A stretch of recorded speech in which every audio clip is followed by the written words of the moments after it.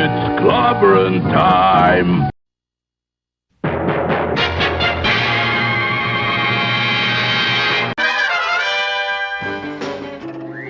Atomic batteries to power.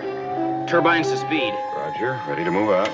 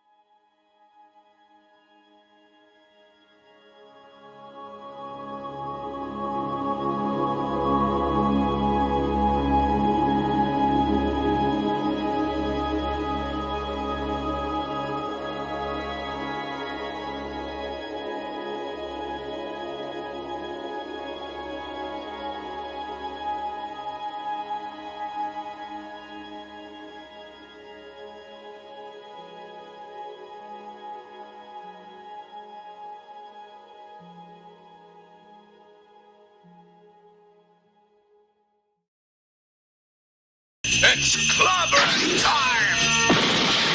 Clobberanimo!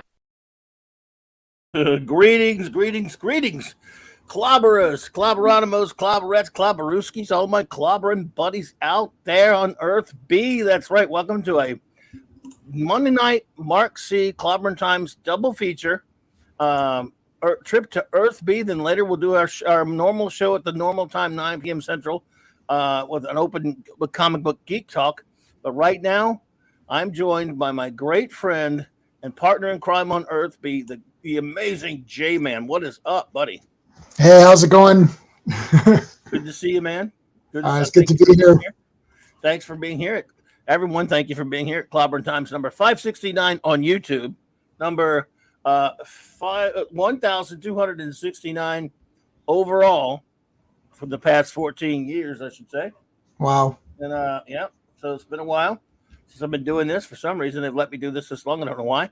But this, of course, is number 6 of our Earth B specials that we're going to do we decided we're doing it every month, and we're doing it on Monday B of every month, the second Monday of every month. On the other 3 Mondays on J-Man's great channel, please put the link in there for anyone who has not subscribed already. J-Man, if you'll put your link in there, my subscription, please subscribe to J-Man's channel. On the on the other 3 Mondays of the month, we're reviewing, of course, the Legion of Superheroes, all of their appearances from 1958 to 1989.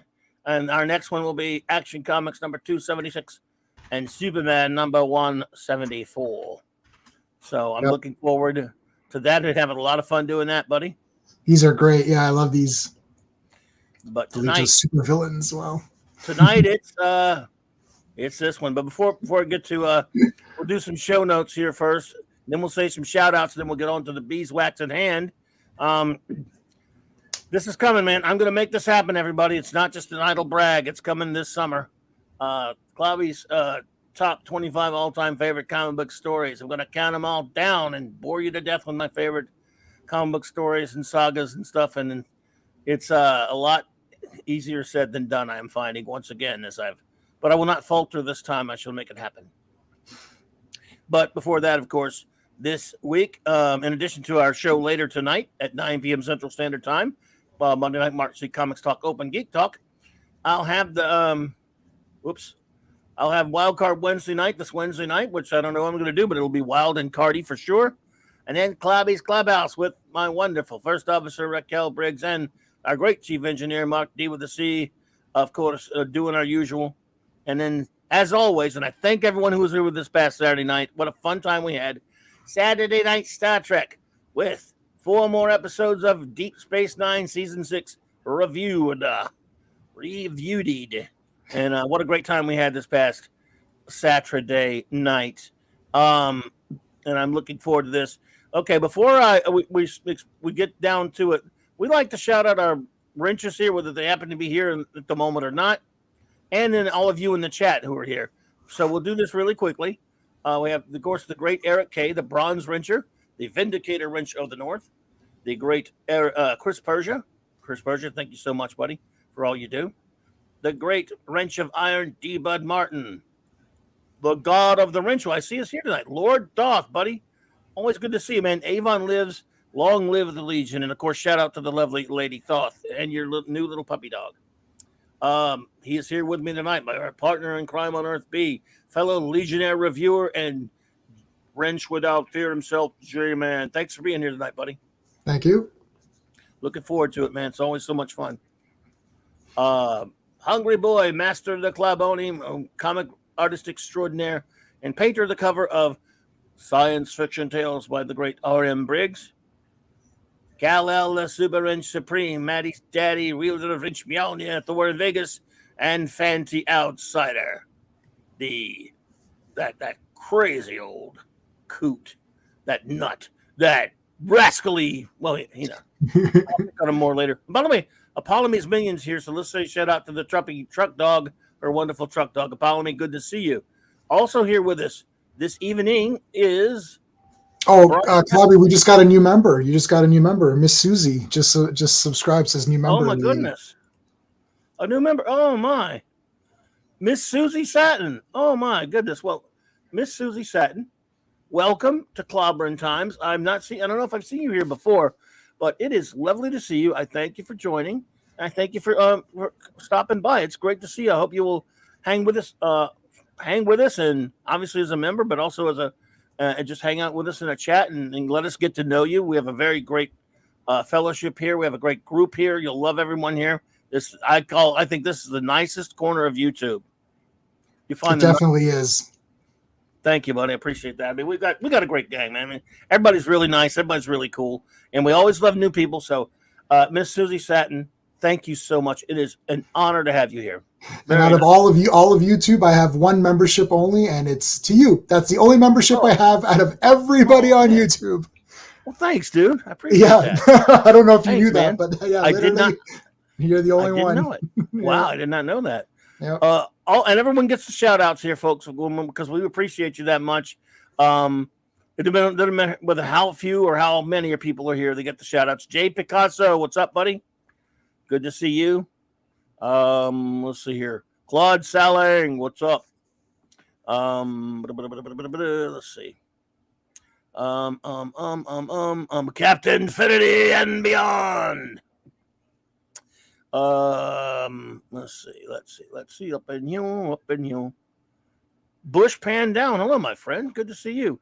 Dave Rayborn, my cousin in real life. My cuz. What's up, buddy? What's all about? FKHC 2005. What's up, buddy? Where we at? Yeah, we gave out a lot of F's and D's last week on Saturday Night Star Trek. It was oh man, not my baby Deep Space Nine. I'm sorry, they were horrible, man. I'm sorry. We have to call balls and strikes here. Oh no, they're all home runs. Come on. No, man. I'm sorry. Well, yeah, buddy. It's early today just because it's a special 6 o'clock once a week. We do a double feature there. Maddie's daddy, good to see you there, brother.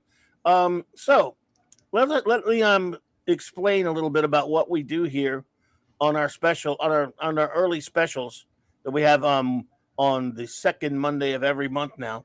That we made a tradition that we started up. J-Man and I. For those who are not familiar, there's a gentleman in the history, the annals, and the histrionic annals of comic book writing, a chap by the name of Bob Haney, who began writing comics really kind of in the golden age and late into the somewhere around the late golden age into the silver age in particular. He quite an interesting gentleman. He fathered the team up book for the Brave and Bold series, which was more of an anthology with different characters and stuff like that. Eventually, he started doing the team up. He defined it. He's the granddaddy of the team up book, and eventually took over completely that book, Brave and the Bold, and eventually turned it into a Batman teams up with another character book. But he also wrote some other things. He created Metamorpho. Some say he created Sergeant Rock. He created a lot of things for DC, and of course wrote a lot of things. The Super Sons. He was quite prolific, quite popular, quite successful, and turns out that he was not a big respecter of what we call continuity. In the mid '80s, yeah. In the mid '80s, the DC Comics, the head of DC Comics, Jeanette Kahn, decided that she wanted to streamline DC's continuity because she didn't think any of it made any sense. She thought readers were getting confused by it. So Jeanette Kahn decided to do something called Crisis on Infinite Earths. She, with Marv Wolfman and a bunch of other people, George Perez and others, decided to streamline all of DC's Earth into one. And then after that was done, there was an independent company that produced these indexes that kind of put all these in perspective, the Crisis on Infinite Earths indexes. And one of them I remember I bought and I was reading it. It was the one about all the extraneous Earths there were. And in that index, there was one called Earth B that I started reading about. I said, Earth B? I knew about Bob Haney. I knew who he was. And I knew that there was a running joke around the DC offices amongst the editors there that called him Mr. Continuity Earth. And they named every story that doesn't make any sense, that doesn't fit anywhere. They said that took place on Earth B for Bob Haney. Some would say also Murray Boltonoff was one of his editors, but it's Bob Haney. And so there was always this running joke throughout the comic industry. Oh boy, that was Bob Haney. The Batman in Brave and the Bold doesn't act like the Batman in the regular comics either. He just throws continuity to the wind. He'll do things that make no sense, that don't fit in with what a character would do. Batman often dies or gets injured severely, and then it's not even a team up. It's like, half the times they're not even team ups. It's like Batman's incapacitated. His stories are weird beyond belief. The first one we did back in I guess October or November, whatever it was Brave and the Bold number 124, which was a Sergeant Rock story, which I still to this day say is probably the most insane bonkers comic book I've ever read. For lots of reasons. J-Man and I went all over it. You can see the video. We can tell you why that way in depth. But we've picked up some pretty crazy ones after that. This is our 6th outing. Is it not? I think, or 7th. I don't know, somewhere up there. Yeah, I've lost track now, but I've been buying them I'm like maybe 2 behind. And I don't have this issue, but I will have them all once we. Right. Gwagnar, what's up, buddy? Andy Masterson, good to see you, my friend. So this will be our 6th outing into the wacky world of Bob Haney. So let's get to it. This is now there are many lists out there by comic book historians, and even though I'm not so sure this should be number 1, this one gets it. This one, just to let you know, this one hits number 1 on the list of a lot of Bob Haney historians out there. Yes, and I do mean bloggers and historians. Bob Haney is he's that kind of anomaly to comic books that he is the subject of a lot of study of comic historians, and rightly so. Mm-hmm. And the only the greatest thing about this is no matter how wacky the story is, usually it's accompanied by great Jim Aparo art. Yes. So the art's always wonderful when it's the Jim Aparo stuff. And so here we have Brave and the Bold, number 115. And my eyes will be off the chat a good bit every now and when I'm doing this, everyone. But I'll look every now and then to definitely welcome anyone who comes in. So it's good to have you folks. Now, I just want to give you a warning. If you have a tenuous grasp on your sanity, after hearing what happens in this story, you may lose it. We may be sending you straight to the loony bin, and I apologize in advance. because this is wackadoodle stuff right here. I don't think this is going to be adapted by Matt Reeves or Christopher Nolan or any of those guys. They actually adapted this on Batman the Brave and the Bold, but they changed the story to make sense. Right. So that right. So even they had to make it make sense. Yes. So here we go. This is again. This was when they were doing these 100-page. Look, 60 cents. The Moral comics were 25 cents at this point. 60 cents because this comic book is from 19. What was it again? 19. I believe 74. Yeah, 74. So this I'm afraid we're going to send people to the Looney Bin. Oh, we're just going to have to take a chance. So it had multiple stories in it, but the main story, of course, is not a reprint. The other ones are reprints. It is, of course, Batman teaming up with the Atom, Ray Palmer, one of my favorites. And look at some. We get to see some nifty ads. Look, some of these scans actually have ads from the comics. Look at that, man. Yeah, that's great. This is the opener there. Batman, Brave and the Bold presents Batman and the Atom, the Gotham Guardian, killed in the middle of a mission. That's right, killed, folks. Right. Killed. He's dead. He's dead. Enter the world's smallest superhero who's going to help him complete the case by entering Batman's brain and making him the corpse that wouldn't die. Yeah, like right away you're like, okay, wait a minute. So they're not teaming up because it's like, are they teaming up or are they not teaming up? And I will say we have to give Bob Haney lots of credit because the team up books are literally my favorite. One of my favorite streams that you did was on those, I guess, 5 team up books, and I love all 5 of them. I love those, dude. If I'd have known, man, I should have had you doing those with me if I'd known better, man. Oh, no, I love all of those. 2-in-1 is probably the best one, but I love DC Presents. That's kind of my personal favorite because it's Superman, but Brave and the Bold is up there. MC Marvel Comics Presents, all of them. They're so good. So credit to him for that. Is a genius idea. So all the credit to Bob Haney for that. But unfortunately, Bob, you're going to get slammed a little bit on this one. But yeah, Bob Haney went down as well known for saying that, quote, comics are kids' junk. So he didn't give a crap what he wrote, and he proved it. Oh, my God. Right. But it's there, man, I love him for it. Yeah. So anyway, The Corpse That Wouldn't Die by, and there are a lot of reprints in this comic, too, which makes it a nice buy. For 60 cents, you get a lot of great comics in there, including this one. Opens up a dark night in Gotham City, and the rain-slick streets echo with the cry of innocence seized by brutal hands. His prose style, folks, was, well, very pulpy. Right. Please don't, no, help someone. So anyway, a lady is being, it's weird that, this is a strange page because in one page, you have a lady being grabbed by 2 dudes. The next panel, she's just gone.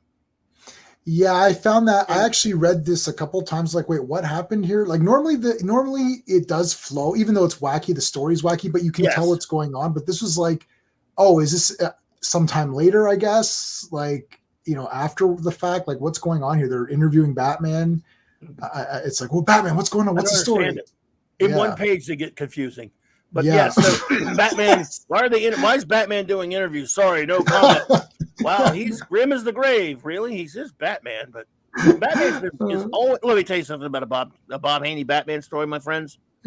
Great up by Jim Aparo, of course. But Batman is never what you expect in a Bob Haney comic. He is wackadoodle weird. The one we did last month, he was so bonkers in that Green Lantern story. Oh, that was really weird. A cry that soon brings forth the dreaded avenger of 1,001 crimes, the Batman. Yes, he's got a hyperbolic sense of writing.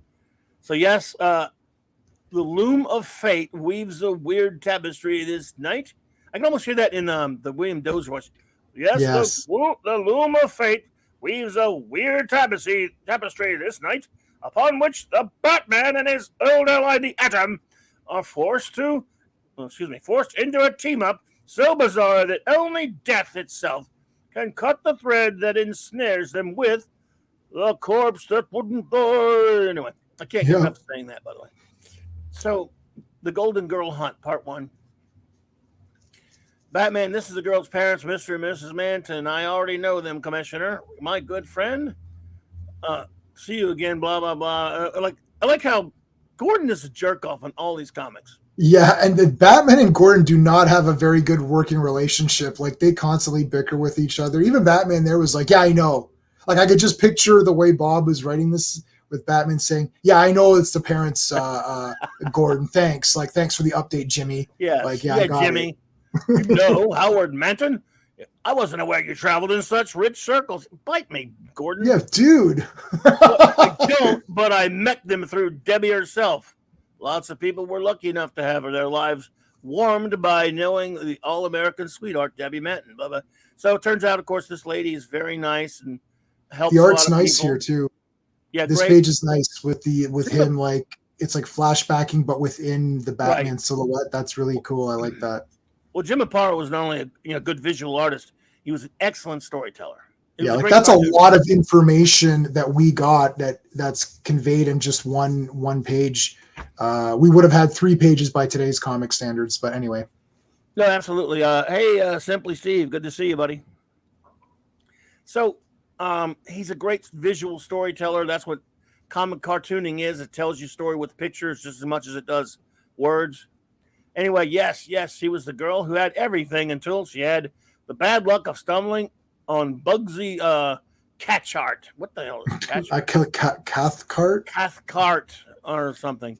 He always comes up with the weirdest villain names. And remember last issue they kept forgetting the name and they spelt it like 2 different ways. Like yes, it's like what was that name again? I don't know. It doesn't matter. Just put a name down. It's like, who cares? The kids don't give a crap.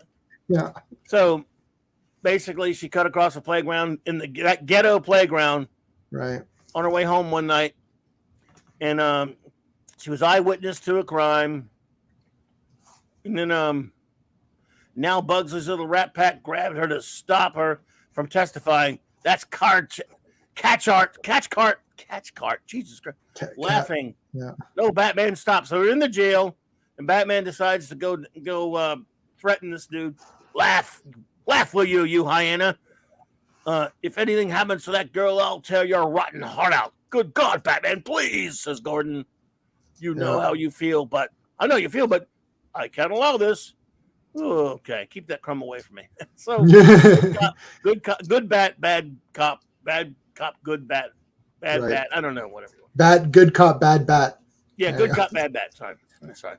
So, they can't let her live until we must find her before they must do it. Now, here's my question right here. As far as I can tell, you might be asking yourselves, folks. Hey, Graham, good to see you. You might be asking yourself, so if they've got the girl and they need her, they got her to shut her up, right? Why is she not dead already? That'd be a logical question. Yeah, it's never answered. It's never answered. Spoiler alert, it's never answered. Yeah, it's just because it's comics, so they're not going to kill her. They're gonna wait for Batman to come kick their ass. Right. So that I mean that's a given with these kind of comics. I will say this is page 4 or 5 we're on. It's you might be thinking, well, this is pretty normal. Like, okay, there's a kidnapping, Batman's on the case, he's upset, he's kind of treating the thug a little bit rough. You know what I mean? Like it doesn't sit. Yeah, but it'll get weird. It's kind of somewhat normal. Yeah, but the point of the kidnapping, see, in other words, you need to write. If you're not lazy like Bob Haney, I'm sorry, Bob. I mean, he wasn't lazy when he was working out in the yard. The guy built houses and stuff for fun. But when it came to writing, he was lazy because he said, "Yeah, she sees this guy commit a murder. She's a witness, so we're going to kidnap her." Wait a minute, I thought you just killed the witness. Well, we need, for some reason, Batman to be concerned with it so we can do something later in the story. Yeah, like why wouldn't it make more sense for her? Yeah, like what if the father, like maybe her father could have been a witness and he's in protective custody because he is a witness, so they kidnap the daughter and say if you don't testify, very basic crime drama, right? Right, like and this was literally she's a witness, so you could just pop her right there. Right. So yeah, if she's a witness, you just kill her right there. Like there's no it's never explained. So anyway, so Batman begins the greatest girl hunt in Gotham's history. It says, wow, that's a little dramatic. Yeah. So Batman's out kicking some ass. This is cool. Yeah, this is some great art. We all like seeing angry Batman. Yeah. One word, one slip could be the tip. Now again, why would they risk having this Why are they risking keeping her alive, knowing that Batman and the cops might find her? Right. I don't know. Because their boss goes to jail and goes to murder for murder. So finally, then a glimmer of sordid light. Army Eddie, what happened? Fall in your face again? Nah, they beat me up. I had a good flop for the moment, but anyway, look at Batman has to use the payphone. Use the payphone. Yeah, I love it. This is Batman. When he gets a tip, he calls Commissioner Gordon on a payphone. Right. What if he doesn't have a nickel or whatever it costs at that? A payphone. I mean, Batman using a payphone. Don't you have a phone with the Batmobile? Well, we don't see the Batmobile. And here's why, folks. There have been many stories where Bob Haney forgot there was a Batmobile. Yes. Apparently, he doesn't have... Look, even in the Batman TV show, which was 8 years before this. No, Right. 10, 12 years before this. No, 8. He had a phone in the Batmobile. Right. Where he could call Commissioner Gordon. Yeah. So, and I want to point something out on this too. He calls Commissioner Gordon to tell him the information, but then doesn't tell him the information. No, doesn't tell him. So he used a dime or whatever to call him. Hey, Commissioner, I got information. Great. Tell me. No, I'm going alone. Okay, then why did you call? You wasted time calling. You wasted a dime. I know you're a millionaire, but those dimes add up, I guess. It's like this entire panel can just be removed and it doesn't change anything in the comic. Nothing. It's filling up space. It's just filling up space. Commissioner, I have some information. Yes, Batman? Tell me. No, I'm not telling you. Well, you have to tell me. No, I won't. I have to go it alone. Okay. By the way, I wanted to point out that the level of technology in the DC universe at this point, even though it's 1978, he's in the Justice League. They have teleporters. They have many communicators and all kind of crap, but not in Gotham City. This is like people used to always say the guy in this comic, Batman, I mean, the Brave and the Bold comic, is like a guy in a Batman costume. It's not even. He doesn't have any of the other shit. It doesn't, you know. Right. But the man of the night is bent on his fateful mission, and he's dumb too. A mission to save a young and beautiful life, yet one which will end his own. Well, thanks for telling us that. Yeah. The panel's telling you, Batman's dead, Batman's dead, Batman's about to be dead. We're going to kill Batman in a few panels. Just wait. Young reader, just wait. So we're bracing you kids. So you understand. Batman's done. There will be no more Batman comics ever because in a few panels he's going to be dead. Yeah. So. Oh my god. Yeah, it's like he's going to die right away, kids. So get prepared here. Who would have guessed this place? A short jump, a grab on the rain spout, and swing into that open window. Batman, a short jump for a Batman, yes, but it is real. It is really a leap into eternity. Batman electrocutes himself. Don't know how you found this place, but it's a good thing we juiced up all of the ways of entry with plenty of voltage. We better dump his body someplace and not look under his mask and hope he didn't tell the fuzz. He didn't tell the fuzz where we were headed, or he was headed, where he was headed. Sorry. Yeah. Okay. So this is okay. At this point, you've lost me on. Now this is way too far. Okay. So they've electrocuted the entire place. How do they get in and out? Number two, I don't know. They're going to just hope that Batman didn't inform the police. That's stupid. They would change locations immediately. Thus, that would nullify the rest of this comic. It's like Batman found this place. The cops are on to us. Let's get out of here. Right? How do they know he didn't tell the cops? Right. I don't know. And shortly, why would they dump him off? Where the fuck did they dump him anyway? I don't get it. Like, follow that car. Yeah, I don't know where they dumped him. There's a pink car. Yeah, there's a pink car. Guys, we just saw a pink car throw Batman out of the side of the door here. Follow that car. It looks like the police station, which is they jumped in a hospital room. I love this part though. In a hospital room now, there is dismay, disbelief, and final tragedy. He's dead. What? It can't be. He's breathing. Trust me, he's mostly dead. Plus, also, he's wearing his costume, and they remove his costume. They didn't take his costume off. No, of course not. And the criminals didn't either. Yes, respiration is still occurring, as is heartbeat, which I think that, though irregularly, but the brain wave is flat. Well, they've said that about him for years. His brain's electrical balance has been permanently destroyed by the voltage he took. His heart will beat a few more hours, then stop. Death will be final then. But for all practical purposes, Batman is dead. He's clinically dead. He's dead in the clinic. Dead now. He's clinically. Batman is dead clinically in the clinic. Clinically dead now in the clinic.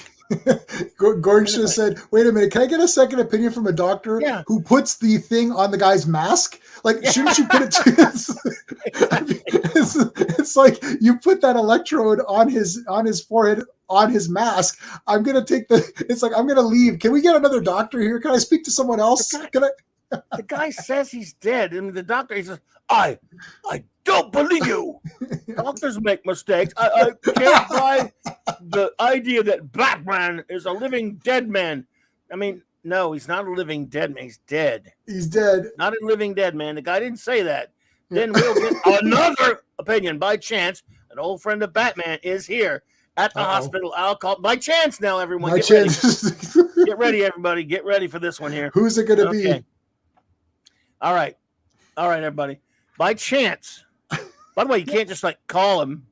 Right, yeah, right. I mean, he could be there like a Justice League transporter away, but no. Yeah. By chance, Ray Palmer. Yeah. Wait for it. The Atom, an old friend of Batman's. You'd better believe it. And he's none other than Ray Palmer, renowned physicist from Ivy University, alias the Atom. Woohoo. I love what he's thinking. What a terrible coincidence. My old comrade dying here the very day I'm lecturing. Wouldn't that be a good coincidence? Yeah, that's what I was thinking too. It's like, no, this is good that you're here. Yeah, why is it I would think it would be a fortuitous, in fact, right? Yeah. I mean, since you're the Atom and all. As a physicist, I can only sadly concur with the doctor's commissioner. Like, you don't know what the hell you're talking about, commissioner. We're doctors, you're not. Yeah. Batman's brain impulse, vital to life, is gone. Only his iron constitution keeps his heart going a little while longer. As a friend, I can only grieve and say goodbye to the greatest crime fighter of the ages. But if only this part is, dude, this is my favorite. This is so weird. Yeah, nobody says this. But if only he could be awake and walk the earth these last few hours instead of just lying there. Wow, that's nice. Yeah. Then he could finish his last mission, because there are no other superheroes in the world that can do it, of course. No. And maybe Adam could do it. The Adam could just go do it, right? Right. That's what there's no comic book here. Adam would just go do it. Exactly. Then he could finish his last mission and save that innocent girl. He was closing in on them, but we don't know where, because he's a dummy and didn't tell us. And then I could even be resigned to his death. Yeah, if you hadn't just screwed up and you'd saved the girl, then I wouldn't care about your dumbass being dead. Anyway, easy, Commissioner, easy. This is great. This is unbelievable. So, Gordon's words. Okay, I'm going to stop right there for a second, everybody. Yeah. So, imagine something with me for a minute, my friends. This man's writing this story. He's typing this story on an old school typewriter, no doubt. Right. And he's decided, okay, Batman's dead. And he's not a dream, not an imaginary story. No magic's going to save him. He's dead. And the only one who could finish what he was doing is not another superhero like the Atom or, I don't know, Plastic Man or Green Arrow. Yeah. No, only dead Batman can do it. Right. But he's dead. So maybe his moving corpse will. Gordon's words about Batman walking the earth for a few hours. Maybe they're not just words. Maybe it's actually possible. You were saying something good? No, I was just going to say, wouldn't they just use Dead Man? Like, wouldn't this story work better if it was a Dead Man and a Batman team up? Of course, they would have to find Dead Man. You couldn't find him, but yeah. Like, I mean, no, if Dead Man was just there, like instead of Ray Palmer having to be around, Dead Man happens to be around, and then he enters the body and stands up, and he's like, "I'm not dead yet, Commissioner. I'm going to find that woman or whatever," and then have it continue that. And because Dead Man can't do anything unless he works through someone else. So, but Adam can. Like, there's a point in this story where literally Adam can, okay, let's say nobody knows where the girl is, but the second Adam finds out where she is, he can dump Batman's body and go do it himself. Yes. It's so weird. It's so weird. He goes, I'll just stay behind a few moments, pay my last silent respects to him. Of course, Professor. What ingenious, incredible idea is being born in the brain of Ray Atom Palmer?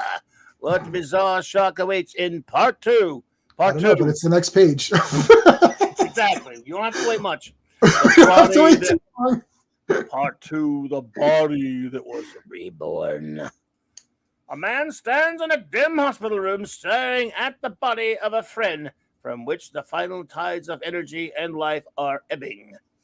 I may be about to do the craziest thing a man ever did. You think? I think so. But if it will help you finish your last mission, Batman, I will defile your body. I'm just kidding. It's worth every risk. From his briefcase, the youthful scientist takes 2 small objects.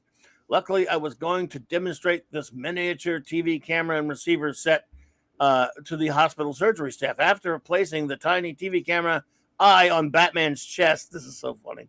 All right. No, now holding the receiver with one hand and pressing my unique belt with the other via the fantastic, because not like everyone knows what the atom is, I guess. Right. Via the fantastic power of white dwarf star fibers in his belt control, the 6'2" scientist begins his amazing metamorphosis into the atom. Down he dwindles, becomes smaller and smaller. Ever smaller he shrinks until I must get even smaller. So how did he? Right. So his ears wasn't exposed. Did he move? I didn't see that he move his mask to get behind his ear. Scroll back up. Yes, like he's coming in through the ear, right? So it's like that means his mask has to be pulled back. Right, he did that. Looks like he did that. They at least showed that. Jim Apato's thorough. All right. Further reduction in size and his amazing mighty mind easily enters Batman's ear, blah, blah. Again, so, at least he went in through the ear and he didn't do he didn't pull a boys. He didn't do the boys or yeah, he didn't. He didn't do I haven't seen that, fortunately. Oh, well, you are fortunate. Now that you say it, I'm now can guess what you're talking about. Right. So, you definitely don't want to see it now. He's definitely. And I think old buddy Bob went to the dictionary, talk about the medulla oblongata. I know exactly what happened with this entire story. Here's what happened. Bob Haney was sitting down reading some article about the human brain, and they mentioned all this crap. And he literally, he's like, oh my God, I've got a great idea. Because I don't know, there's no way he was sitting around. He's like, oh, I've got all these terms and things all ready to go. Like he was smoking a cigarette, drinking, read some article and, talking about the brain. He's like, oh, I'm going to put all this crap in this Batman issue. And how did Jim Aparo, let's give some credit. Let's shout out Jim because this is really tough. Brilliant work. Like, how would you go about drawing this if you're an artist? He's probably seen Fantastic Journey, but still, this is brilliant. Yeah, no, this is really cool. Like, this is actually like a lot of the stupidity kind of goes away a little bit with Adam just running around. This is so neat. It is neat. It is neat that he's in here. Look, again, they did an actually good job of it on the Batman, the Brave and the Bold animated episode. Yeah, where they adapted this and they did it right. Yeah, they did it was inspired by this, but. Yeah, this is, again, we should, even though we make jokes about Bob, we always should exalt Jim on this. Jim Aparo's brilliant work on this is always substantial. Yeah. Anyway. In the cartoon, it was Batman had a disease and was dying. And he was getting those bubbles or whatever. Yeah. Yeah. And then Adam was trying to fight off the infections with Aquaman or whatever. They were Adam and Aquaman went in there it was basically, other than that. Anyway. It's not that similar, no. But I mean, it is. Fantastic Voyage, but just a different. It is sort of inspired by this story. They've said so. So now the man who was moments before shrinks even more. The similar circular canals of the inner ear important to blah blah blah. So let me find where we're going. So he decides to go deep into the brain, and let's see, past the gray matter. So, gray mass ahead. I'm trying to go ahead. So he's got this little thing he can watch. He can watch the things on Batman's chest, so he can watch Batman's where Batman's going. Right. It's basically like a GoPro. It's like what we would call like a GoPro Yeah. today. Like he's got like a camera on his front, and then he can see through that camera, and that's how it's working. Right. So Ray Palmer is he can see ahead, and he's like touching. He's like stomping and hitting different stomping parts of the. So like I don't know. He's dancing on Batman's brain to make him move and walk, folks. That's what he's doing. Right. I don't know any way to describe it. I don't know. Here we go. It's working. First he says, it's also governor of certain. Okay, here he is. Here. There are 12 main cranial nerves radiating from it. The old brain stem is a real communication center. It's also governor of certain crucial life functions like breathing and heartbeat. If Batman's going to finish his mission, he'll need oxygen, plenty of it. So I've got to stimulate the oblongata with some fancy footwork. And as the amazing, minute man races around inside the skull of his dead friend, by the way, Right. It's working. That artery's pulsating, and the blood in it is a brighter red, showing higher oxygen content. Good. His heartbeat and breathing are almost normal. Now to reach the brain's thinking part, the cerebrum, to that gray mass ahead, diminished as he is, the half inch he must travel inside Batman's cranium is like a half a mile to the atom. Made it. He's doing river dance on his. Now, if I don't poop out, must reach the general area of motor control to give him the idea to get up. What? Right. Moments pass, and suddenly the inert figure stirs, and like some miracle of resurrection rises. Victory! Beautiful. Since the TV receiver shrunk down with me, I can get a picture of what the camera on Batman's chest sees. The hospital room. Now I'm off to the cerebellum or hindbrain. Wow. Why would he say that to himself? I don't. Like, Well, it's like he's saying that for us. Yeah, it's exposition for us, but it's just so weird. Like, yes. Anyways. Yes. Although, in fairness to Bob on that one, editors tell you to do that when you're writing comic books for 8-year-olds. They tell Yeah. So we know what's going on. Yeah. Yeah. When he reaches the other spongy mask, cerebellum controls equilibrium and coordination. Now, if I could just get him steered toward that window. How's he steering him, by the way? And now, they don't tell you that.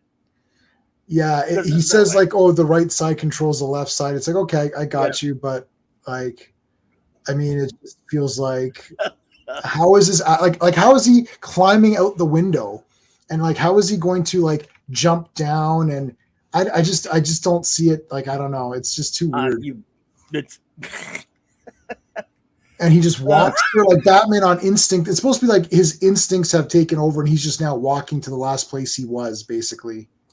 Right. And I love some of the captioning. And now moving stiffly and jerkily, a dead hero once again walks the night. Yeah, while inside the burnt-out brain, a human speck has become his spark of temporary life. I can't write constitute Batman's own total consciousness, but I'm banking that his subconscious crime fighter's instinct will steer him back to the last living memory before he got zapped. Right. Hideout where those creeps are holding Debbie Manton. Minutes pass. He stopped. Wow. Look where we are. He went right back to the scene of the crime, folks. His corpse. Well, they do say he returned to the scene of the crime, so I guess. An abandoned police station. So basically, somehow his subconscious brought him back because the atom is dancing on his gray matter, right? I mean, is that what you interpret this? Because yeah, I guess. I don't understand. Like, okay, so did the electric? Okay, so there was an electric grid around this police station. So is that gone now? Because they don't mention it. So that's just conveniently gone.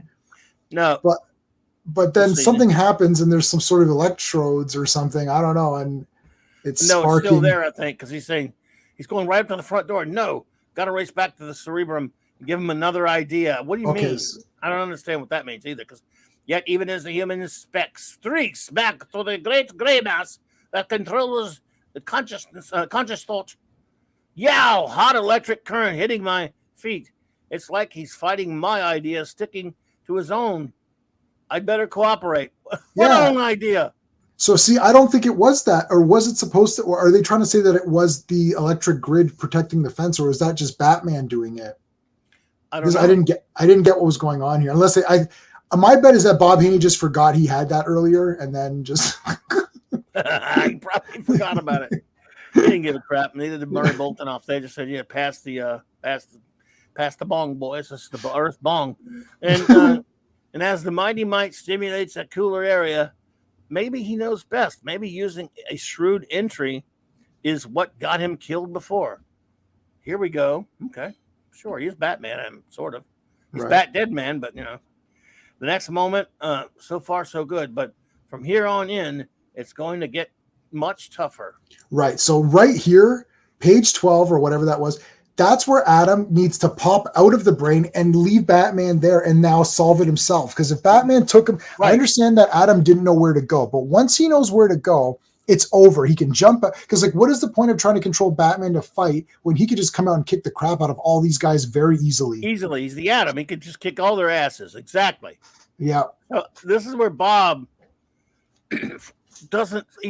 He's so many. Every time he writes any other character in this book, he can't even write Batman right. But these other heroes, it's like he's never heard of them before. The way he handled Green Lantern, or the way Plastic Man. Remember, Plastic Man was knocked out by like a little twig, or like they hit him with and it's like okay. He deflects bullets, and the next panel he got hit with like a bat on his head, and he got knocked out. I'm like, if you could survive bullets, then obviously a baseball bat can't knock you out. Exactly. So these guys are like, Batman, you're dead. Anyway, so Adam goes, got to stop that guy before he warns his buddies. I've given the cerebrum the idea to clobber him. Yeah, clobbering time. It's clobberin time. Now to tickle the cerebellum into following through. But as the Atom once again simulates his giant host, he missed. Wrong hand. No, you see? No wonder I forgot that right side of the brain controls the body's left side and vice versa. I have to broad jump onto the cerebellum's left lobe. So that jump makes Batman able to hit a dude. Right. To make Batman land a right KO. Nice. He's jumping on his brain, and it's making Batman's fight. I just can't get enough of it. This is like when you go to the doctors and they hit your knee with the little hammer, and then you're like, Batman's dead, but he's fighting because the Atom couldn't be too lazy to pop out of his ear and kick their asses himself. Yeah, just come out. Why?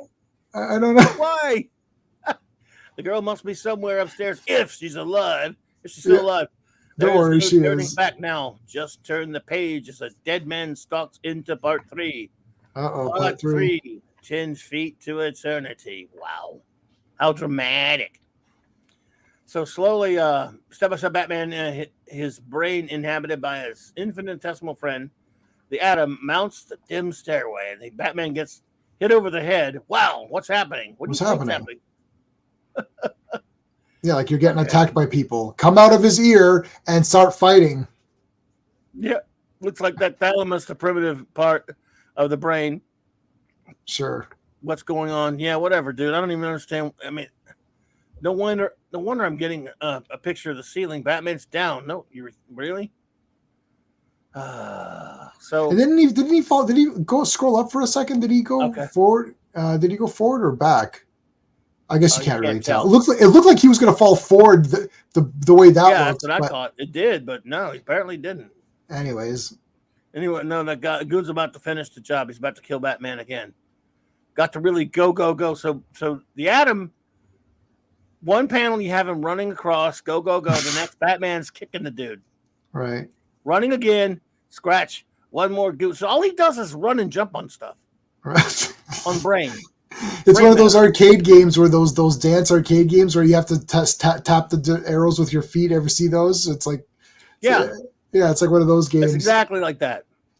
So scratch one more goon, but I've got to run another two bagger from the cerebrium to the cerebellum. Sorry, right. To give my pal a get up message. Really, that's how it works, huh? Yeah. What the hell, dude? It's Dance Dance Revolution. That's what it's called. Thank you, 2000 FK. Yeah. Yeah.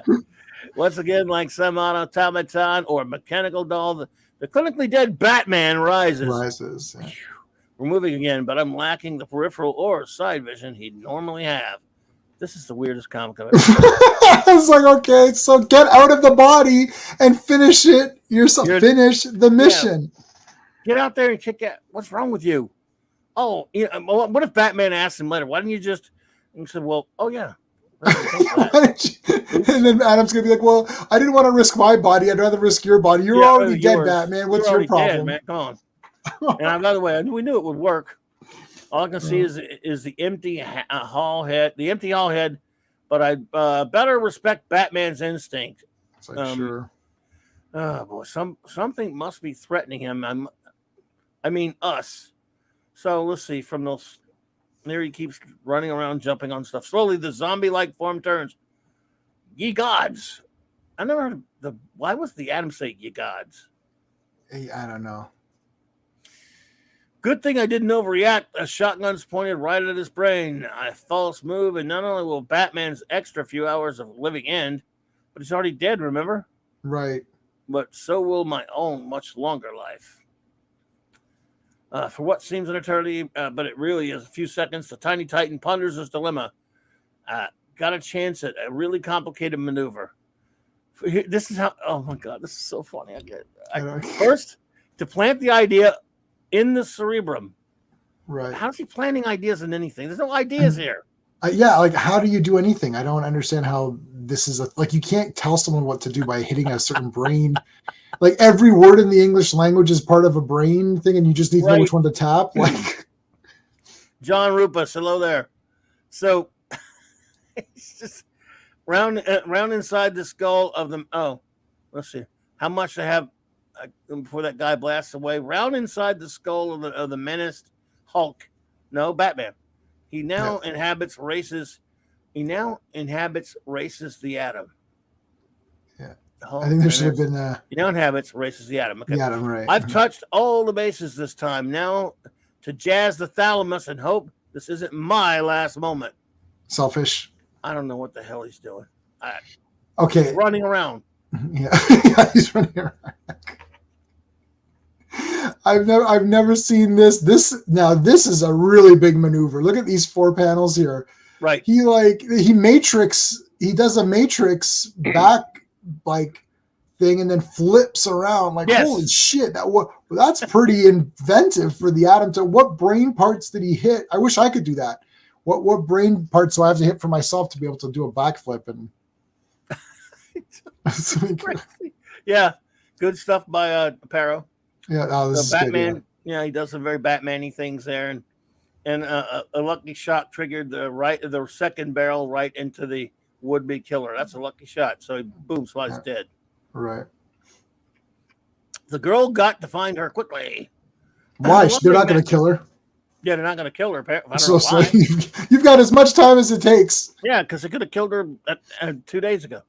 Yeah. Maybe you ain't dead, Batman, but the chick sure will be. If you take one more little step, pleases.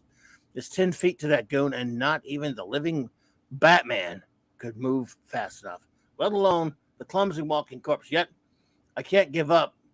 You know, the Atom could move plenty fast enough, but you're not thinking about that, are you? Right. If you were yourself, you could probably do it. Easily, because he couldn't even see him until he got right into his face and punched him. Yeah. But as the Atom begins his desperate race, and since the cops are probably not far behind you, I'm plugging her right now, which I should have done 3 days ago. Right. Yet, even as the hood's finger tightens on the trigger, Batman toppling. Now, this goon who originally had Batman, like it's like, okay, so the last time Batman was here, you assumed he didn't call the police, but this time he's here. You assumed he did call them. Yeah. Like, I don't. I don't know. I don't get it. It's so ridiculous. But Keely Chow, roll tide, buddy. Hey, Keely. So, he's toppling down like a dead tree. He must have been living on borrowed time, but it finally ran out.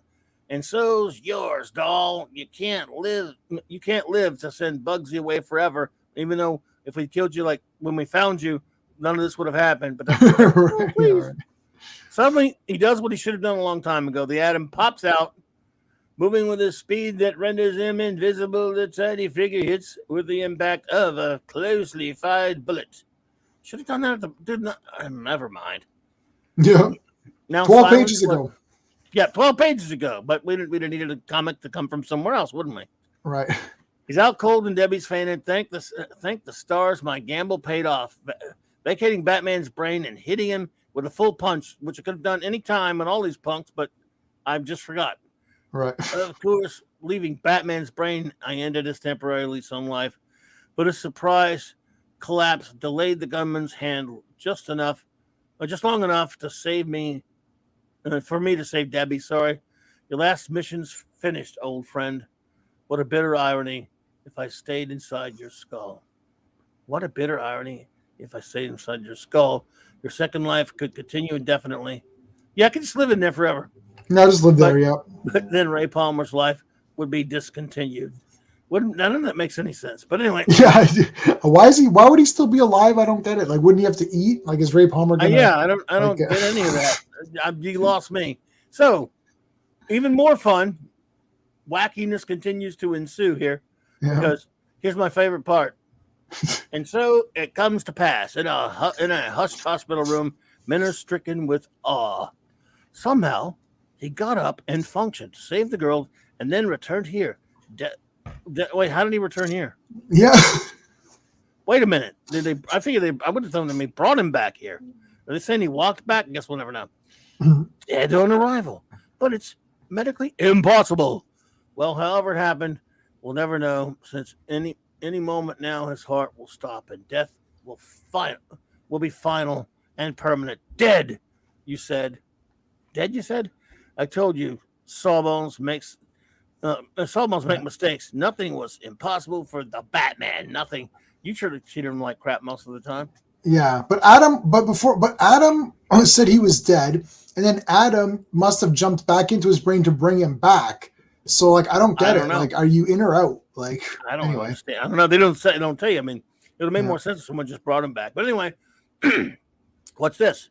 His brainwave pattern. It's returning to normal. Impossible. Breathing and heartbeat.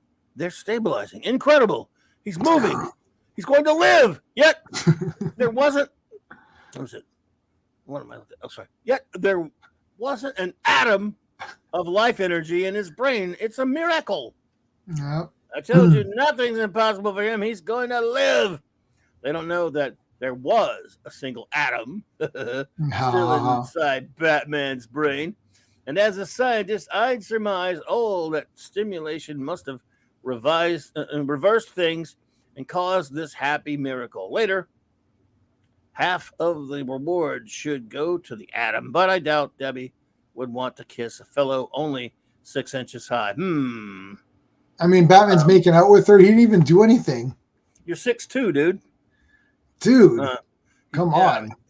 Thus concludes the most bizarre, brave, and bold epic yet. He might be right. The B&B beat goes on in every issue. Stay with us. Wouldn't go anywhere else, buddy. Oh, my God. Wow, man. Wow doesn't even cover it. Yeah. I mean, this is insane. This is B.I. sheet. So I have a coworker. I think he's about in his mid-50s, and we talk comics. Like, he used to collect comics as a kid, and he's like, "Oh, one of my favorite comics ever was where Batman was like incapacitated, and then the atom was in his brain, running around making his body work."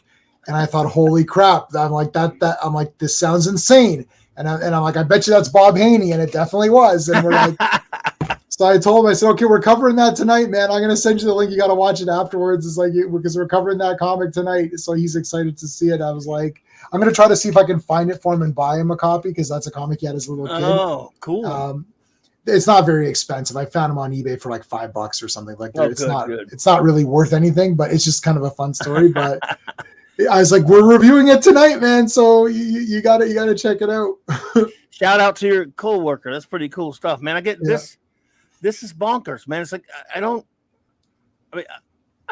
know how he got away with it. Incidentally, I've talked a lot about this, but there's a lot of write-ups. Look, probably more than any other writer of the golden or silver ages, because usually back then, with the exception of guys like Gardner Fox, there were other writers who just wrote comics, but for the most part, the artists were the stars. There were the superstars, right. Some of which wrote their own stuff.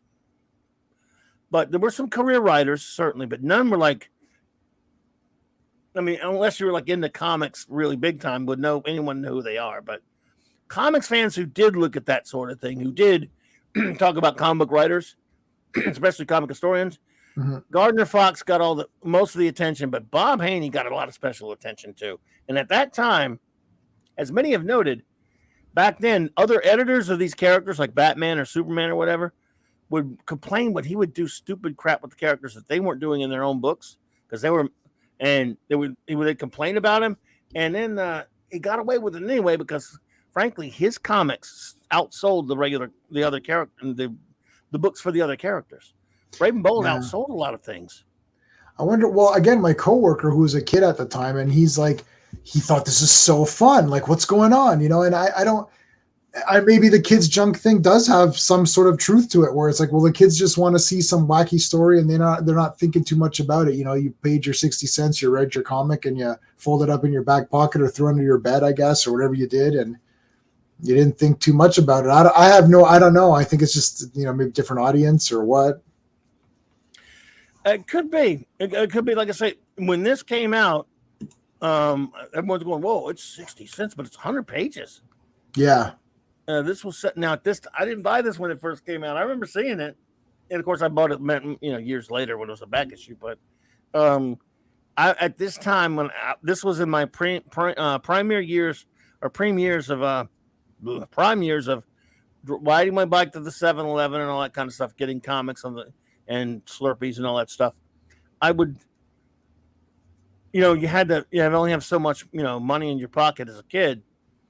I sometimes choose a Batman comic. I had nothing against the Atom, but if it were Batman and his character that I really loved, I would probably grab it at Brave and Bold. But other times, if I had to pick a Marvel 2-in-1 or a Marvel team up, just in terms of team up books, right? I might have grabbed one of those first. If I had to choose a World's Finest issue, I'm talking about just in terms of buddy books. Or others too, like, of course, if there was an FF there or a Legion comic there, something like that. And I guess at the time, I could have spent 60 cents on this, or I could have grabbed a couple of comics for it. And, when you're working on a budget back then as a kid at the 7-Eleven, I guess that's the way it went down. But still, these were big sellers, Brave and the Bold. Right. What was the comic price, 20 cents or 25 cents at this time? I think that at this point, it was 25. 25 cents. Yeah, so you can get you could probably get a couple of regular comics and maybe some snacks or something on the side. 4 comics, and if you got a few bucks, you can get them. If you had like $2 or $3, $4, but you get a handful of comics, and maybe just enough for that Slurpee with the superhero on the cup, and maybe a candy bar or something like that. Man, imagine going home with like 8, 9 comics, and that on riding your bike home, man, and that's. Yeah, but you had to pick and choose too. So the rack had a lot of stuff. There's a Captain America, or there's a Spider-Man, or there's a, but that Batman's pretty cool. He's teaming up with who this week? Or this month? Who's he teaming up with? The Atom? That's pretty cool.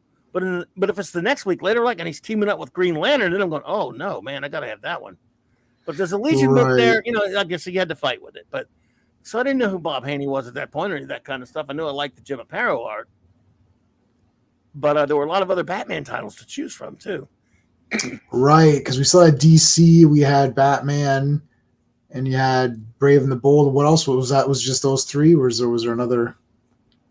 I think it was those are the 3 Batman titles. Yeah, you had World's Finest, of course. Oh, you had World's Finest, Brave and right? Bold. Then, of course, you had Superman Action Comics, Right. Batman Detective. They were Yeah. both in Justice League. They were both in Right. Super Friends. Right. comics, Jeez. and cartoon and show. So Batman and Superman had a lot of titles. Not like now, but I mean, they had a lot of titles. Right. Yeah. So I mean, it's like, yeah, you kind of go like, well, the Atom, I don't know about that one, and maybe pass on it.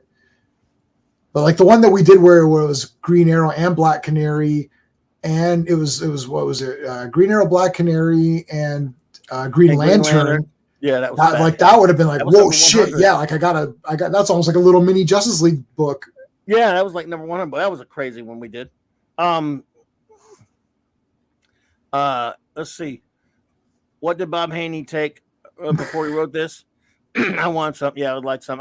It beats me. They would never tell you that in the comic. Go ask the answer man. Go ask Bob Rozakis. He's the answer man. He might be able to tell you. And man, they knew it too. They all made fun of. I mean, like I said, that was the nickname of the staff. All right, Maddie's daddy. Good to see you, buddy. They called him, they called it Earth B. They called him Mr. Continuity.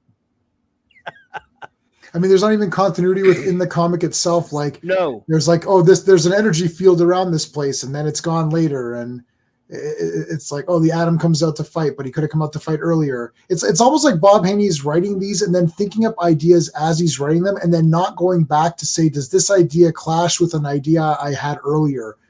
And that's really the main thing. Like, he comes up with a weird story, and then he just wings it. It's like nobody goes back to edit it. Nobody checks anything. Like, it's like he writes a couple of pages and then forgets. Then the next day he writes a couple more pages, and it's like, it's like, Bob, page 5's information contradicts page 1's information. That's kids junk. Whatever. Batman's in it fighting somebody, right? Well, what do you want? Like, I don't know. I want fighting half the time, but yeah. Yeah, it's like, well, Batman's in the comic, isn't he? What else do you want out of it? It's like, I don't know, something cohesive or somewhat, coherent and somewhat like actiony. Like, this isn't even the Batman and Atom. This is Atom using Batman's body. That's not a team up. Not only that, yeah, I mean, absolutely, it's not a team up. I mean, yeah. It looks like a team up on the cover. He always first of all, a trademark of his. Forget about all the silly stuff that starts to happen later. Almost every story he does starts with an absolutely false premise that is so easily debunked, that is so dumb, so illogical. For example, it's a false.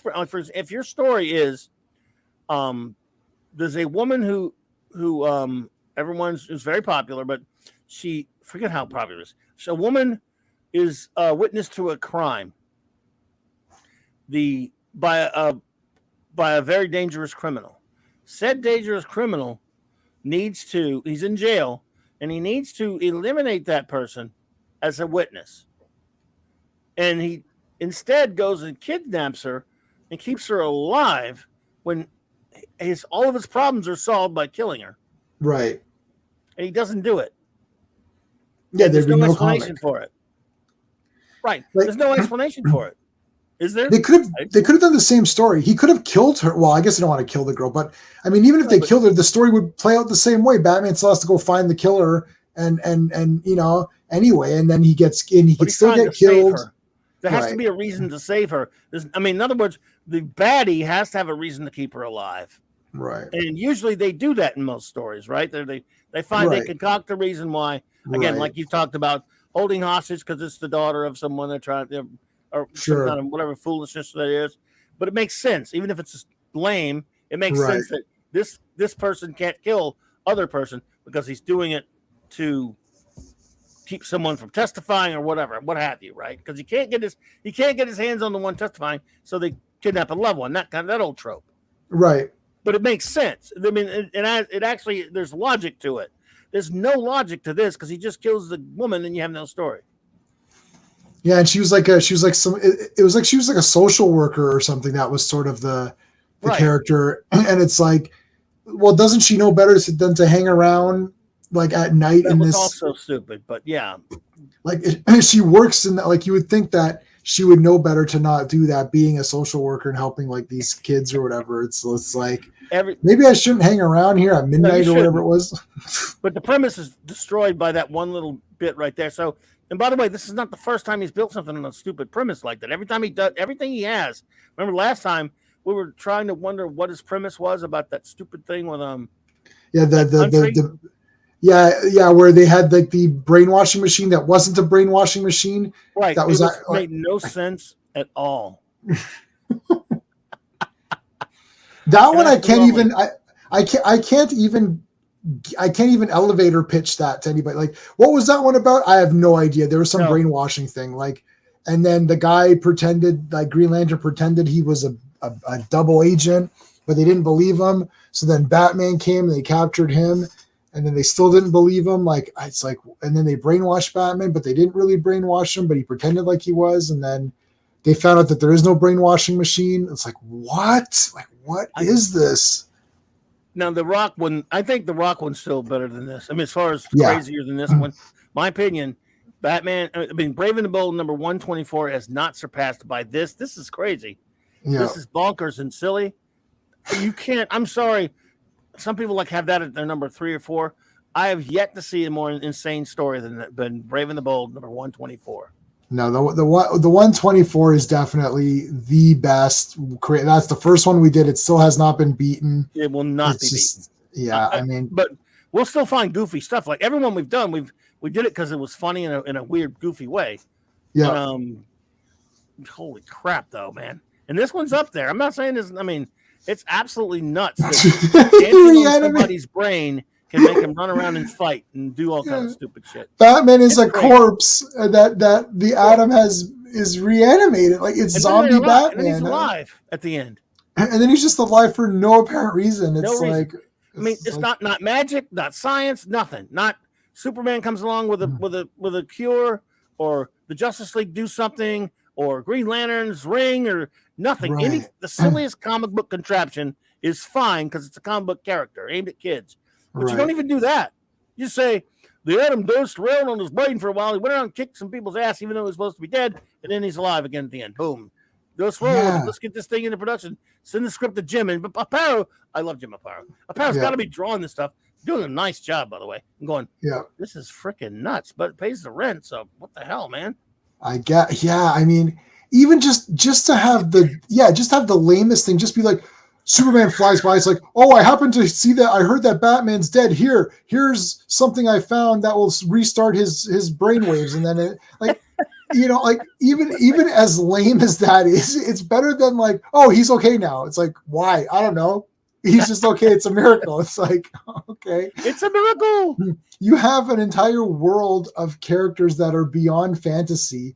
Like, Green Lantern could have flown by, created some sort of alien brain analyzer with his ring or something, and then it brought him back. Like, it's just like, it's the epitome of laziness. It's like, yeah, he's back. Why? Because it's a miracle. Okay, you're going with that? Sure, it's kids junk. Just go with it. He's back. It's like, okay. Well, let's see here. FKH says this one broke the goofy meter. Did you see the Brave and the Bold 124 show we did though? Yeah, that one. Man, that one can't be more. Remember that plot, dude. They think that if they have the artist of the comic book, and I can't do it. I mean, I can't. If you talk about describing something, I can't describe that comic to you. We fleshed it out. I still don't explain. Can't understand. Yeah, so it's like the bad guys realize that if they kill, it was like the Schwarzenegger. What was that one? Last Action Hero. So it was like, if they remember Last Action Hero, if they kill Schwarzenegger, then there can't be a Jack, whatever the guy Jack. I can't remember the character's name, but like Slater. Yeah. Jack Slater. Yeah.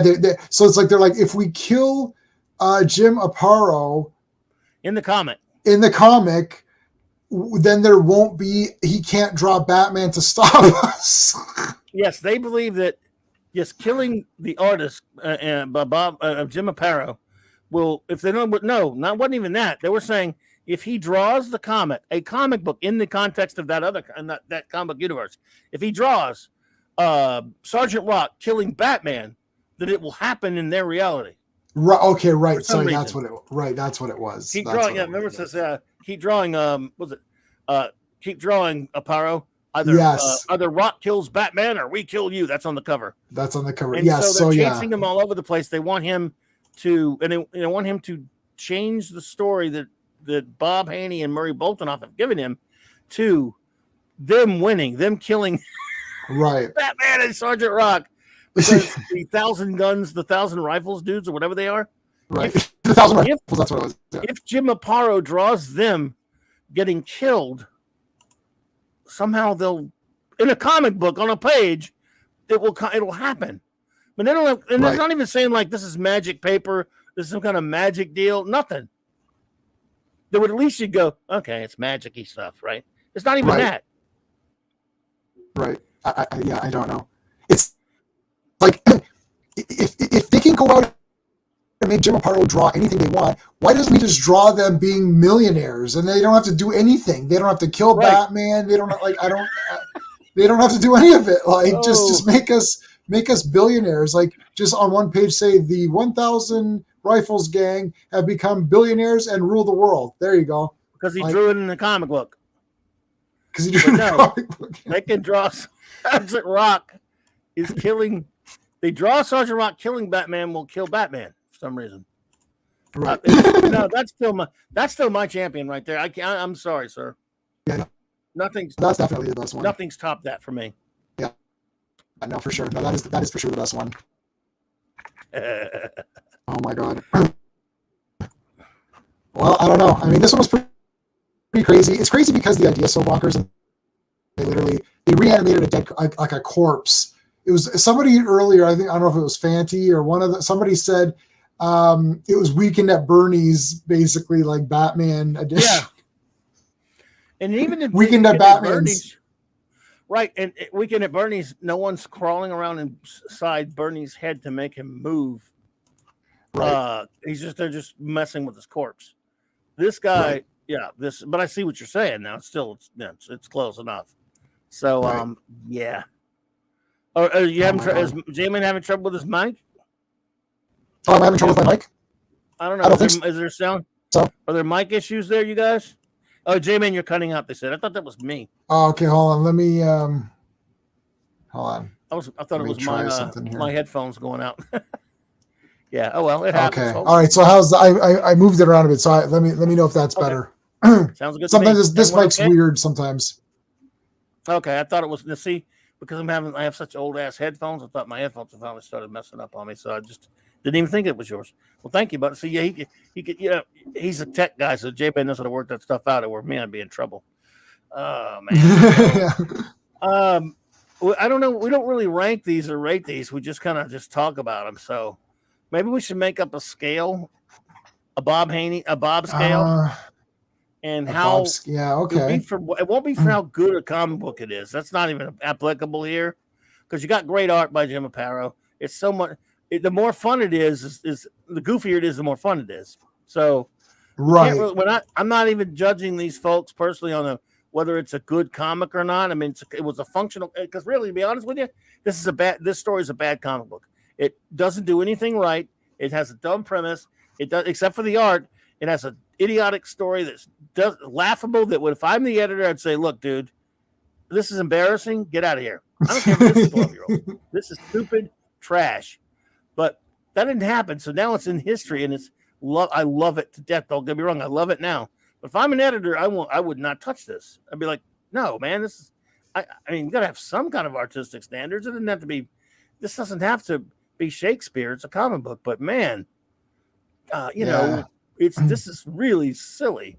You can't come up with a coherent story, dude. And even if they just made it even if they just made this basic, like they could have just said, okay, she's a witness. Like, even if you kept with the dumbass thing, it's like, okay, look, she's a witness and we captured her. Okay, fine. And they didn't kill her because they just didn't feel like killing her. And then Batman has to go track her down and teams up with the Atom. Just make it lazy. Like, it's like, even, and then have some action, like have Batman and Atom work off each other. Like, Batman throws Atom at someone, or, like how they did with like Hawkeye and Ant-Man, where there's that famous thing where he's shooting him on the arrow. Like, I want to see them team up and do cool stuff. The villains are going to be lame. They don't team up. Like, that's the whole point of this. Like, Batman needs to do stuff with Atom together. Like, Adam goes, they split up, and Batman goes in the back door and kills guys or beats up guys, and Adam sneaks in and finds a clue or something. Like, I don't like, this isn't a team up book. This is just fighting a villain either. They're not fighting a villain. It's just some lame ass kidnap story. Yeah, and the guys, like, I mean, Adam could have, like, really realistically, I think Robin could have dealt with this by himself without any help. Easily. Like Robin you could have just sent Robin to, like, where's Robin actually? Where's Robin? Where's Robin at this when point? Batman's dead, Gordon can't even call him. Where's the Justice League? Hey, Justice League, your buddy Batman's dead, guys. You want to come out? And, but it's a good thing Ray Palmer is walking around in the freaking hospital doing something. Other than that, Batman just goes dead, and the poor girl gets killed because nobody's doing shit about it. This is a bad comic book, but it's beautiful art by Jim Aparo. Couldn't they trace the vehicle? Like, we saw there's a vehicle that dumped Batman. Let's trace that. Like, this is it's just lazy. Batman. They're all like, no, that guy, Gordon, that's not Batman. He's up here with us. We're fine. That's that dude you're always running around with. Like, yeah, call the bat, like, put the bat signal out, see if someone else shows up, call the hotline or whatever, and see if, like, it's like, there's one even in the Batman Adam West where, Commissioner Gordon called, and he's like, and Batman was, I can't remember what it was, but he called, and Alfred answered, and he's like, oh, you're that voice that sometimes, answers the phone. It's like, we're trying to, we need Batman. You know what I mean? Like, even then they still try to call or something. Like, I don't know. 0 being the worst and 5 being the best. I'd rate this a 1 on Zany. So the Zany, we'll make a meter. You're good at making rating systems. So if you want to think of one I'll think about something. It make a scale maybe where if you want to, I don't give this the art as long as it's in Jim Aparo, it's always going to be impeccable. The story is always going to be. We already know it's going to be pathetic. So maybe we're just on the goofy of the zaniness of it. Yeah, zany scale. We're here to make fun of a story that just obeys no conventions, that throws everything to the wind. So this is definitely about the zany factor. Yeah, okay. So the zany scale, how zany is it? And then the higher, so like zany factor, like 5 out of or 10. Let's say 10's the highest. So like definitely 124 was a 10 out of 10 zany factor. Oh yeah, it was a 10 out of 10. I give this one like a 9. 9.5 maybe. This has to be pretty high. I'm close to a 10 on this one. I'm sorry, he's running around in somebody's brain, and he's able. I might be a 10 on it. I mean, it's close. Plus, you got a really idiotic story, so I can't that does add to it. By the way, that adds to it. The zany, yes, but when you also add how ridiculous the story is, that's. I mean, this is close to that level of 124, but 124 is the champion right now for me. Yeah, even Commandy, like they find a comic, they find a Brave and the Bold comic book, and then they pull Batman out of, like they bring him out of that comic into their time, which is weird too. Oh yeah, it was up there now. It was up there. Oh my god, even that one Christmas was one, weird. The Plastiman one, that's way up there. I mean, we've made some good. I think we've done some pretty good choices so far, and there are plenty to go. We've only done 6 now. Yeah. So there's plenty of it out there, and most of them are Brave and the Bold, but not all. There's some other comics. I mean, have you read any of his Super Sons of? No, I know. Oh my god! I heard they're crazy too. He was confronted about that by Julian Schwartz. There's a story about that anyway. Because they started doing these stories where it's Superman and Batman have like college level sons, and they would never show the women, the wives, but we basically infer that one's Lois, and then we maybe think the other one's Selena Kyle. I don't know, but their sons look like them. They're younger versions of them, and they wear the costumes and all that shit. And what's this? As one of them said, well, that's the imaginary story or whatever, right? And Bob Haney said, no, they just no one ever talks about them. What? Right. They're just there, and they look exactly the same, right? Like exactly the younger versions of them, like they're in high school, in college or whatever. It's like, what are you saying? What? So yeah. Oh. Yeah. And by the way, there's also some of his stuff he's done. He's done other stuff too. Don't get me wrong. So I'll find. Well, eventually we'll do some variety, folks, and but there's still pretty good bit of I think some Brave and the Bold to mine for this. So and these ones work because we're teaming up to do them too, so it kind of adds. It's like another layer of like of just neatness. It's like it's a team up with Batman and someone. It's like, so this is also a team up with you and me doing it. So that's kind of funny too. Team it up works book that is way. forward. Yeah, exactly. Good point. Yeah, it works. But then World's Finest is kind of a team up too. But yeah, That's true. so yeah.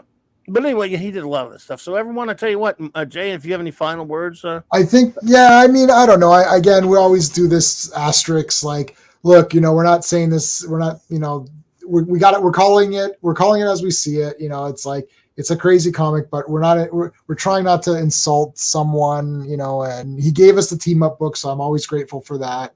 right. I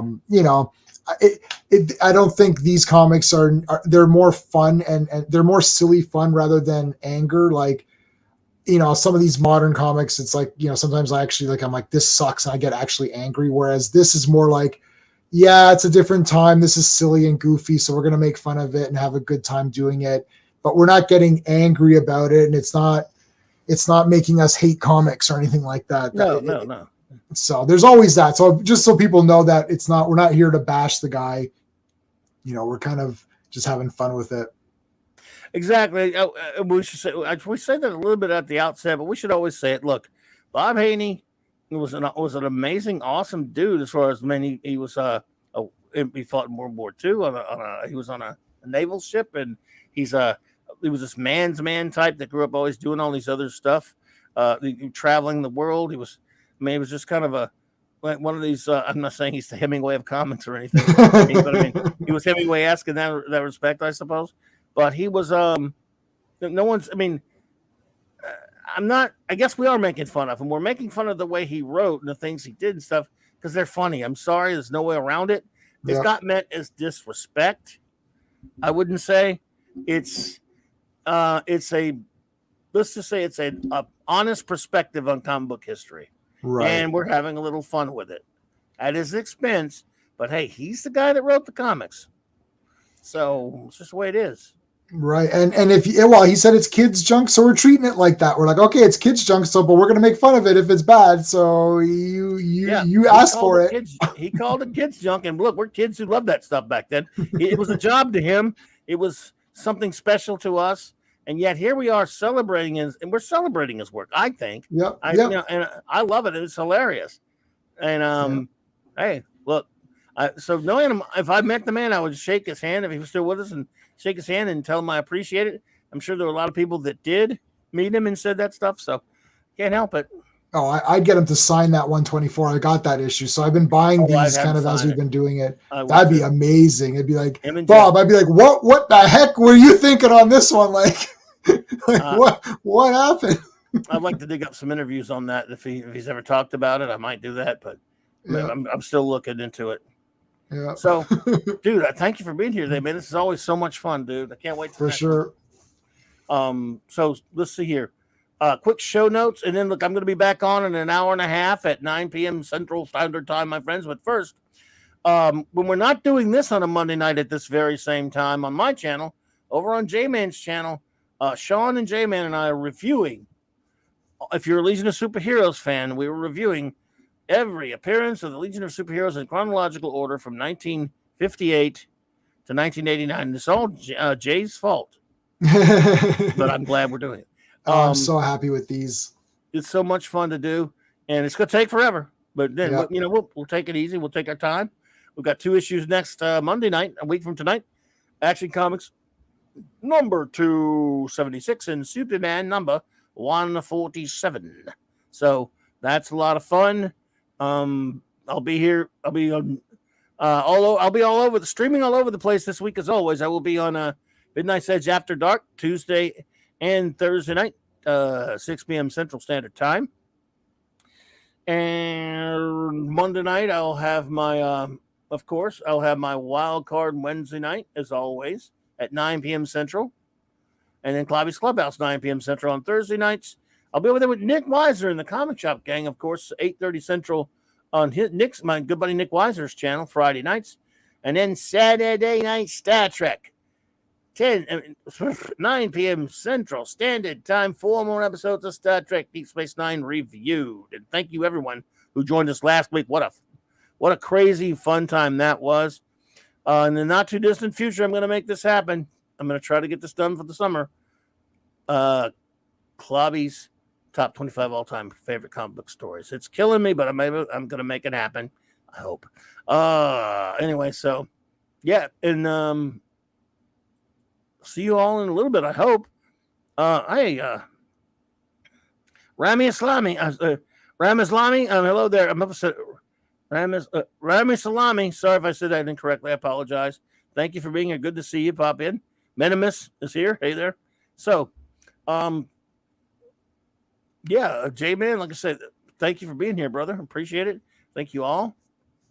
And I will be here back in about an hour and a half. So, see you soon. All right. Take care.